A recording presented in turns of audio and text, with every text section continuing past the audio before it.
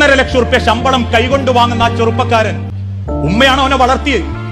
അവസാനം നാട്ടിൽ നിന്ന് ഡോക്ടറെ കാണിക്കാൻ പോയ നമ്പർ വാങ്ങി ഗൾഫിക്ക് വിളിച്ചിട്ട് പറഞ്ഞു, മോനെ ഉമ്മാന്റെ വയറ്റിൽ ഒരു മുഴയുണ്ട്, അത് ഓപ്പറേഷൻ ചെയ്താൽ പോലും സക്സസ് അല്ല, അതുകൊണ്ട് ഇനി തിരിച്ചു വന്ന് നല്ല നിലക്ക് ഉമ്മാനെ നോക്കിയാ എനിക്ക് നോക്കുന്ന അത്ര കാലം കിട്ടും. 3.5 ലക്ഷം രൂപന്റെ ജോലിയോ രാജിവെച്ചു, നാട്ടിക്ക് വന്നു. ഉമ്മനെ അറിയിക്കാതെ ഉമ്മാനെ പൊന്നോല നോക്കി. 8 മാസം ഒരു പൈതലിനെ നോക്കുന്നത് പോലെ ആ മോൻമാനെ നോക്കി. അവസാനം ഇക്രൗ ഹോസ്പിറ്റലിന്റെ ഐസിയുവിന്റെ ഉള്ളിൽ അവസാനത്തെ ശ്വാസത്തിന്റെ പെടച്ചിലിന് മുൻപ് ആ ഉമ്മ പറഞ്ഞിക്കിന്റെ മോനെ ഒന്ന് കാണണം.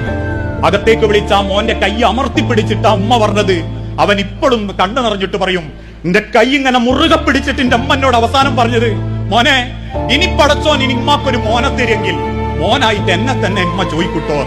അതും പറഞ്ഞിട്ട് എന്റെ അമ്മ എന്റെ കൈമന്ന് മരിച്ചുപോയത്.